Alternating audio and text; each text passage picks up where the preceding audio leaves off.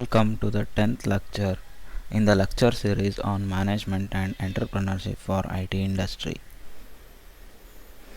In the today's lecture, we are going to study one of the important aspect of the directing, that is leadership, and what are the different styles of the leadership.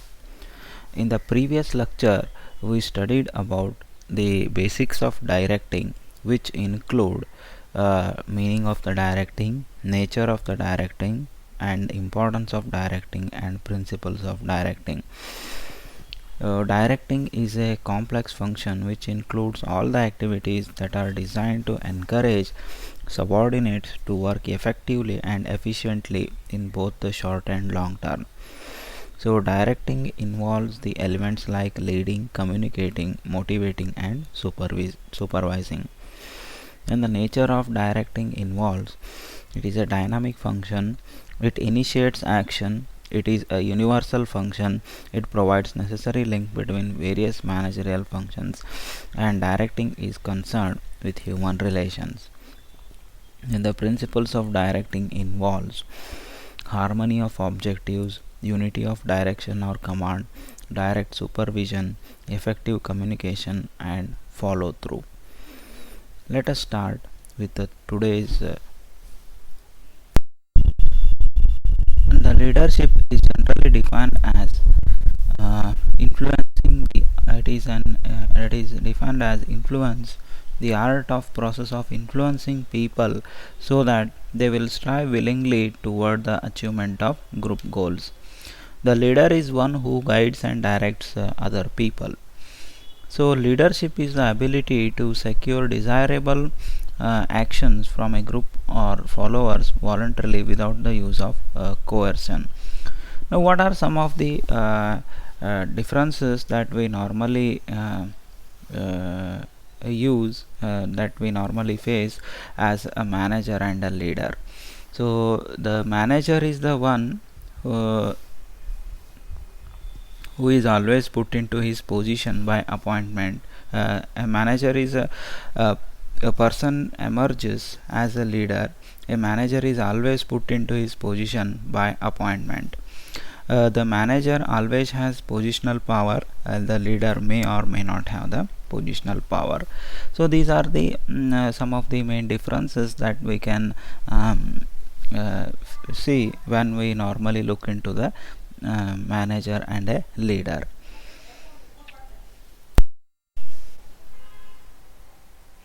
Now what is the importance of leadership? So leadership usually what guides and inspires the subordinates. So leadership means that it is the existence of the followers. We appraise the quality of person's leadership in practice by studying his followers. We ask how many and what kind of followers does he have, how strong is their commitment, and what are the different how the leader answers the question. To this nature we get to know the quality of the leadership. We must not, however, forget that leaders within the organization are also followers. Then leaders build a good work environment. So with their influence on the people, so leaders make the environment very conducive to achieve the organization goals. Leaders build confidence in followers.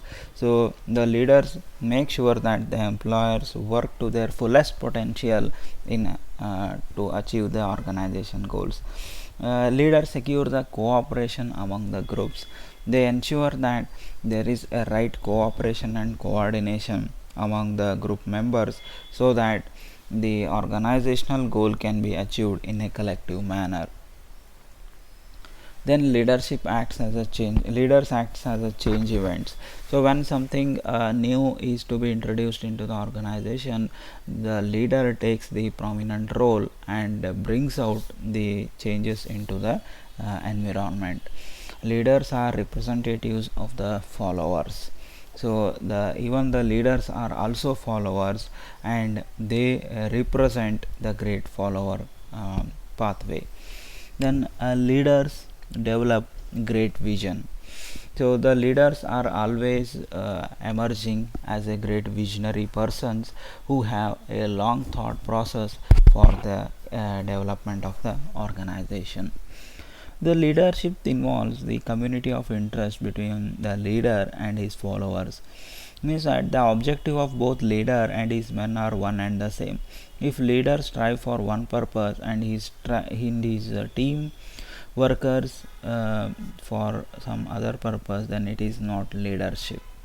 That is, leadership is the activity of influencing people to strive willingly for mutual objectives. Then we can also say that leadership involves unequal distribution of authority among leaders and group members. Leaders can direct some of the activities of group members. That is, the group members are compelled or are willing to obey most of the leader's direction. The group members cannot similarly direct the leader's activities. Then leadership implies that subordinates, in addition to being able to give their followers or subordinates legitimate direction. Means leaders not only tell their subordinates what to do by way of command, but they also influence by their behavior and conduct.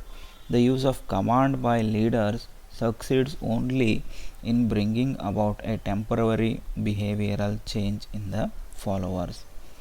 Now, what are the different leadership styles that are so far implemented in the organizations? The three leadership styles that are widely used are traits approach, behavioral approach, and the contingency approach. Now, traits approach is basically a character and deals with personal abilities and assumes to be God's gift and abilities.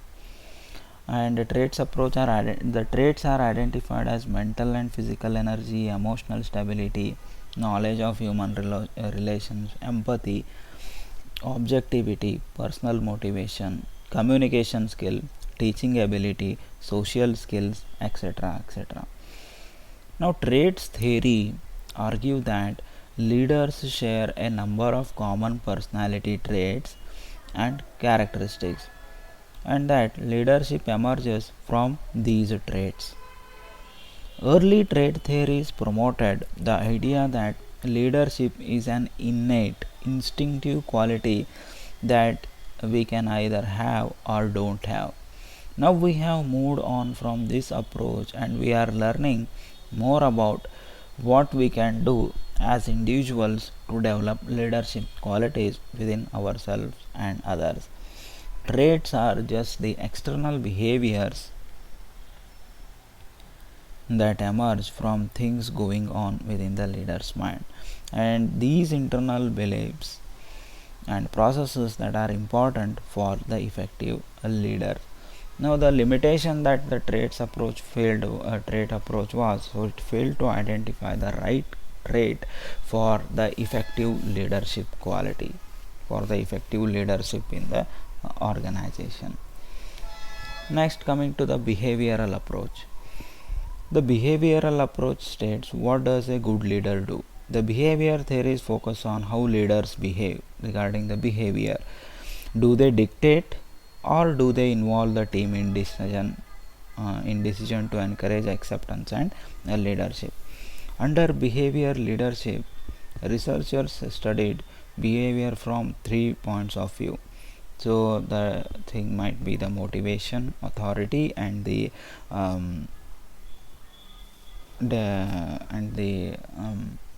supervision.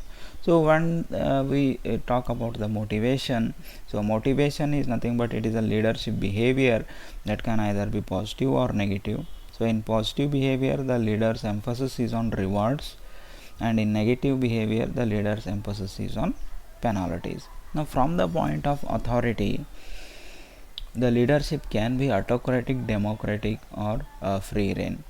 So what is an autocratic leadership? So in autocratic leadership, the leader alone determines policies and makes plans, and the leader tells others what to do and how to do. He demands strict obedience and relies on power. The formula used by him is do what I say or else meaning meaning that an employee will be punished if he doesn't follow the orders. An autocratic leader may sometimes be paternalistic or benevolent also. Both the forms of autocratic leadership, that is authoritarian and benevolent, are disliked by employees. In one case, the employee remains under constant fear, and in other case, he remains under constant gratitude. So, what are the? There are some.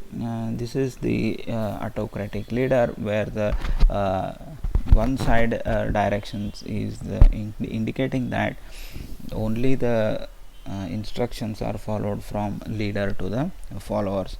Now the demerits of this is, when appropriate, it can increase the efficiency, save time and get quick results.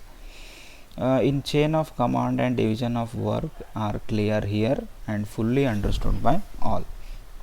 Now the demerit of this autocratic leaders is, the apparent efficiency of one-way communication becomes the false efficiency, since one-way communication without feedback leads to misunderstanding. In nowadays, most people resent authoritarian rule, which excludes them from involvement and reduces them to machine-like cogs without human dignity or importance. They express their resentment in the form of massive resistance, low moral and low productivity. Then coming on to the what are the and the one more demerit of the autocratic leadership is, here manager alone is decision making. He receives little if any information and ideas from his people as inputs into his decision making. This is generally dangerous because in today's environment it leads to a greater complexity. Then coming to the democratic leadership. Now in this type of leadership, it is also called as participative leadership. The entire group is involved in and accepts the responsibilities for goal setting and achievement. The subordinates have considerable freedom of action. The leader shows greater concern for his people than for high production.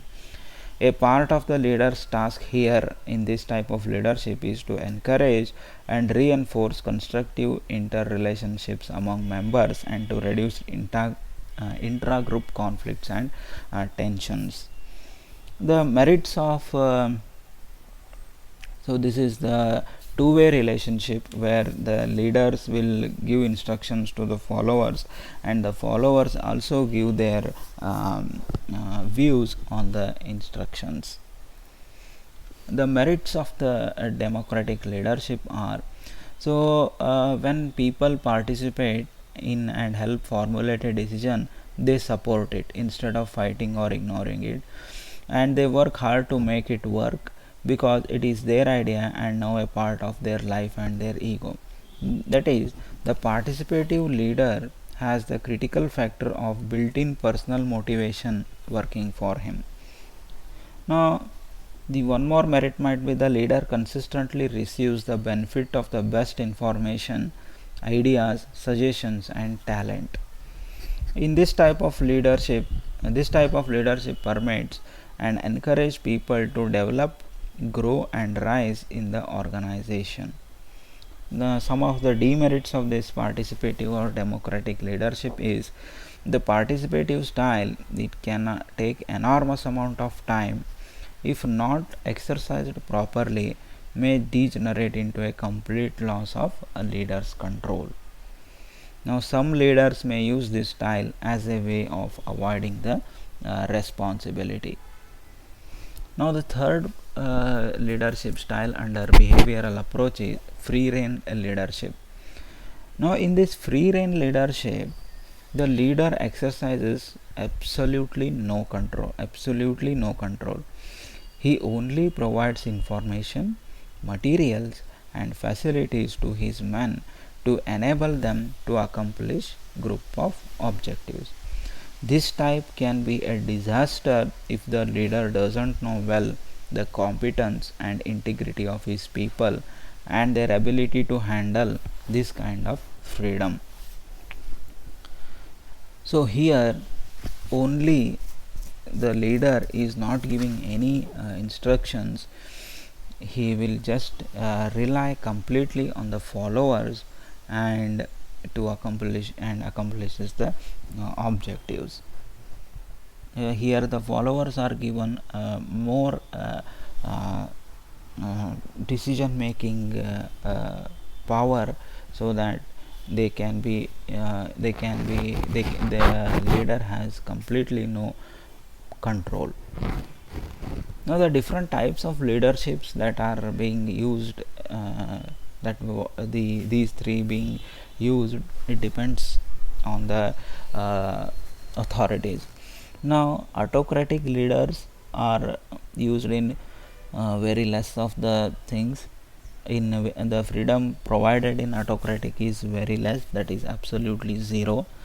Then in the democratic it is slightly increased. So democratic may start from where a freedom of some 2-3 units is being given, whereas in free reign there is a complete freedom for the employees. So hence we can say autocratic as a leader centric method, democratic as a participative method, and free reign as a employee centered approach. So this is the spectrum of the leadership style. Now coming to the third category of the leadership style, that is contingency approach. In contingency approach, so what happens is, it is a situation influencing the good leadership. Now the realization is that there is no correct type of leader led in the theories, that the best leadership style is contingent on or depends on the situation. So the theories try to predict which leadership style is best in which circumstances. When a decision is needed fast, which style is to be preferred? When the leader needs a full support of the team, is there a better way to lead? Should a leader be more people oriented, or he has to be a task oriented? So these are all examples of questions that contingency leadership theories try to address. Next, let us summarize what we discussed in the today's lecture. So we discussed about the leader and the leadership and the leadership styles. So the leadership is nothing but it is an important aspect of managing, and it can be defined as influence, that is the art or process of influencing people so that they will strive willingly and enthusiastically towards the achievement of group goals. That is, people should be encouraged to develop not only willingness to work, but also willingness to work with zeal and confidence. Next, we looked into the importance of leadership, where we looked into the things like leaders always the subordinates are always following most of the instructions of leaders. Then leader is more goal oriented, and we have also seen that leaders build confidence among the workers. They generate a conducive atmosphere for working in the organization, and to achieve the organization goals in a more efficient manner. Then we looked into the different styles of leadership. The first was the traits approach. Now traits approach is basically a character, and it was a very early notion about the leadership, which was dealt with the personal abilities. Now the drawbacks with the traits approach is it failed to identify right traits required for effective leadership. Then one more drawback is it is difficult to associate the traits with jobs to be carried out. A leader who is successful in one area may be failure in different area, and since these are the subjective, so it is difficult to measure their effectiveness quantitatively. The traits approach implies that leadership is inbuilt quality and no training can make a person a leader. So this was the notion about the traits approach. Then we looked into the behavioral approach.